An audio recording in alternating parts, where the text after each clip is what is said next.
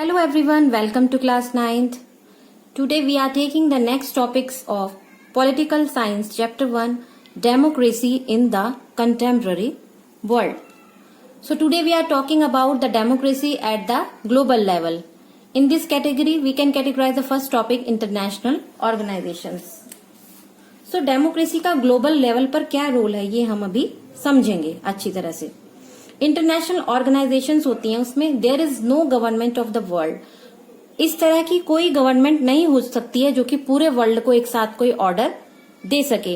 And no government can pass any law that will apply all the people.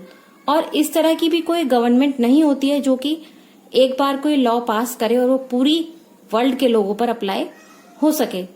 So there is no single government, but there are many institutions in the world that perform partially like functions like UN, Security Council, IMF, International Monetary Fund.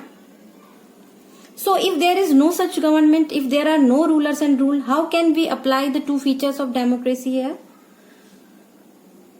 Because in every country the rulers should be elected by the people and that people should have basic political freedoms. So these organizations like UN and IMF cannot command countries and citizens in a way a government can, but they do make rules that put limits on what governments can do. It means that ये जो organizations होती हैं UN and like IMF, ये किसी country के citizens या government को उस तरह से लॉ पास नहीं करती है, लेकिन कुछ ऐसी लिमिट लगा सकती है वो जो कि बाकी कंट्री की गवर्नमेंट्स फॉलो कर सके. So who makes laws and rules to govern the seas that do not fall within the boundaries of any one country? It means ऐसा कौन सा ऑर्गेनाइजेशन है, ऐसी कौन सी पॉलिसीज हैं या कौन ऐसे लॉज या रूल्स बनाता है ताकि हमारे वर्ल्ड में समंदर है, सीज है, वो अपनी बाउंड्री को क्रॉस भी नहीं कर पाते हैं. इट मीन्स दैट वो दूसरी कंट्री के उसमें फॉल नहीं होते हैं, नहीं गिरते हैं. तो ये क्या पावर है, किसके हाथ में ये पावर होती है? और who take steps to control environmental degradation that threatens all the country together. और कौन सा वो एसोसिएशन है जो कि एनवायरमेंटल डिग्रेडेशन को भी खतरे से भी सभी कंट्रीज को बचाता है. तो यूनाइटेड नेशंस की हम यहाँ पर पहले बात करें. United Nation is a global association has evolve many conventions तो binding on most of the countries of the world. So the UN is a global association of nations of the world to help cooperation in international law, security, economic development and social equity.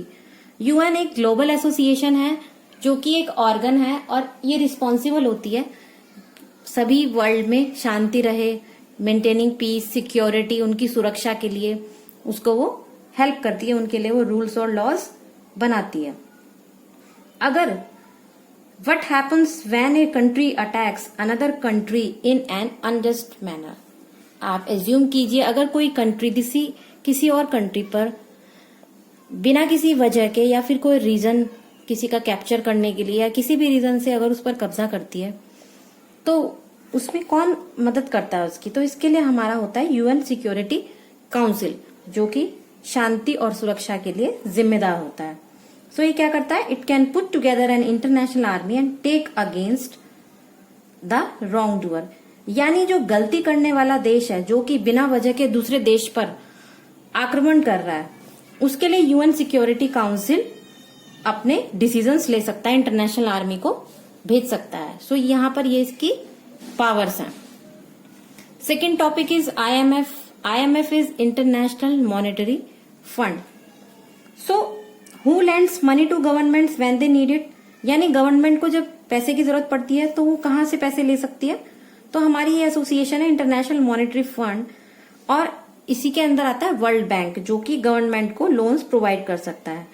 But before lending they ask the concern government. लेकिन loan देने से पहले वो उस country की concern जो government होती है उससे सभी डिटेल्स ले लेता है कि वो किस वजह से या किस रीजन से वर्ल्ड बैंक से पैसा ले रहे हैं. सो IMF का रोल है यहाँ पर सभी देशों की मॉनेटरी तरीके से हेल्प करना.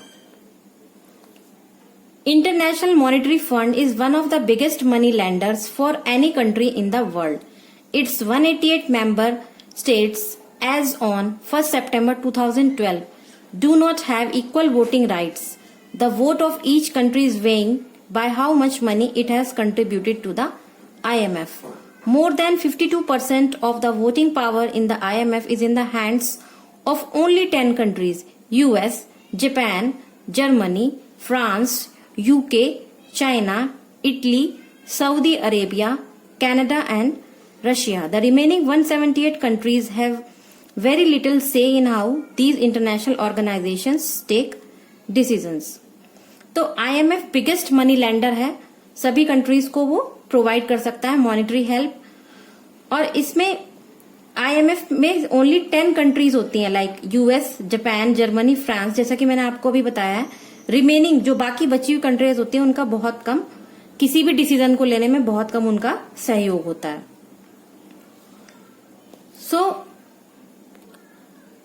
इसमें सबसे ज्यादा जो रोल प्ले करता है वर्ल्ड बैंक में वो सिटीजन होता है यूएस का, यानी इसमें यूएस का सबसे ज्यादा रोल होता है। जो ट्रेजरी सेक्रेटरी है, फाइनेंस मिनिस्टर, वो यूएस गवर्नमेंट की तरफ से ही है, जो कि इस मॉनेटरी फंड को की सुरक्षा के लिए जिम्मेदार होते हैं और उसको मदद भी करते हैं टाइम पर।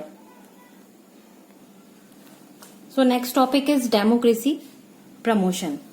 Recently, many powerful countries in the world, particularly the United States of America, have taken on the task of democracy promotion in the rest of the world. They say that propagating the values of democracy is not enough. Existing democracies should directly intervene in countries that are non-democratic to establish democracy there. In some cases, powerful countries have launched army attack on non-democratic countries. This is what that we are talking about. So democracy promotion में क्या हुआ, जो powerful countries थी पूरे world की, particularly the US, United states of America, उन्होंने बाकी जो रेस्ट ऑफ द वर्ल्ड है, यानी कि जो बाकी बची हुई कंट्रीज है, उनमें भी डेमोक्रेसी के लिए मतलब उन्होंने प्लान किया, यानी जिनमें की डेमोक्रेसी नहीं थी। जिन कंट्रीज में डेमोक्रेसी थी पहले से ही, उन्होंने नॉन डेमोक्रेटिक कंट्रीज में भी डेमोक्रेसी स्टैब्लिश करने की कोशिश की। Let us see what happened in Iraq. Iraq is a country in Western Asia. It became independent from British rule in 1932. 3 decades later, there were a series of coups by military officers. Since 1968, it was ruled by Arab Socialist Party. The Arabic word means renaissance. So, अब हम देखते हैं फिर उसके बाद Iraq में क्या हुआ। इराक वेस्टर्न एशिया का एक हिस्सा है जो कि ब्रिटिश रूल से 1932 में आजाद हुआ था। उसमें एक अरब सोशलिस्ट पार्टी का रूल चल रहा था, जिसका लीडिंग पार्टी लीडर था Saddam Hussein. I think you have heard this name. So Saddam Hussein played a key role in the 1968 coup that brought the party to the power. So, this government abolished traditional Islamic law and gave women the right to vote and several freedoms not granted. उन्होंने क्या किया, वहां पर Islamic law बनाया। After becoming the president of Iraq in 1979, Saddam ran a dictatorial government and suppressed any dissent or opposition to his rule. He was known to have got a number of political opponents killed and persons of ethnic minorities massacred. Saddam ने वहां पर dictatorial government चलाई और अपनी मर्जी से वहां पर रूल किया और बाकी चीजों का वो अपोज करता रहा। बाकी पॉलिटिकल ओपोनेंट्स को भी उसने कई लोगों को मरवाया और अपना ही राज उसने वहां पर चला के रखा। इसी में कुछ एलीज से like US and it's allies like Britain, उनको पता लगा कि इसके पास कुछ सीक्रेट न्यूक्लियर वेपन्स हैं सद्दाम हुसैन के पास, तो उनकी यूएन की टीम गई वहां पर उन वेपन्स को ढूंढने के लिए, लेकिन उन्हें कुछ नहीं मिला। लेकिन स्टिल यूएस अभी भी कोशिश में लगा हुआ था। तो कुछ टाइम बाद उन्होंने कोशिश करके और वहां पर उस स्पेस को ऑक्युपाई करके वहां से सद्दाम हुसैन की पावर्स को 2003 में खत्म कर दिया। और वहां पर जो वार हुआ ईरान के अगेंस्ट, उसको यूएन सिक्योरिटी काउंसिल ने इलीगल बताया, क्योंकि वो इलीगल तरीके से हुआ था। सो इट मीन्स हमें क्या समझ में आता है, क्या हम किसी भी देश में डेमोक्रेसी का जो लेवल है, यानी कोई नॉन डेमोक्रेटिक कंट्री है, तो क्या हम जबरदस्ती उस देश में डेमोक्रेसी लाएंगे, या फिर कुछ ऐसे रूल्स या तरीके फॉलो करेंगे ताकि उसमें वो डेमोक्रेसी वर्क कर सके और वहां के लोगों को पॉलिटिकल फ्रीडम्स वो एंजॉय कर सकें, अपने लीडर्स को चुन सकें। तो इस चैप्टर में हमने यही समझा है कि इसका डिफरेंस कि डेमोक्रेसी और नॉन डेमोक्रेटिक होना, इन चीजों में क्या डिफरेंस होता है और कैसे कैसे डेमोक्रेसी आई कंट्रीज के अंदर, यानी पूरे वर्ल्ड के अंदर कैसे कैसे धीरे धीरे डेमोक्रेसी का एक्सपेंशन हुआ। So I hope you all understand these topics carefully. For the next chapter, we will meet in the next video. Till then, bye-bye.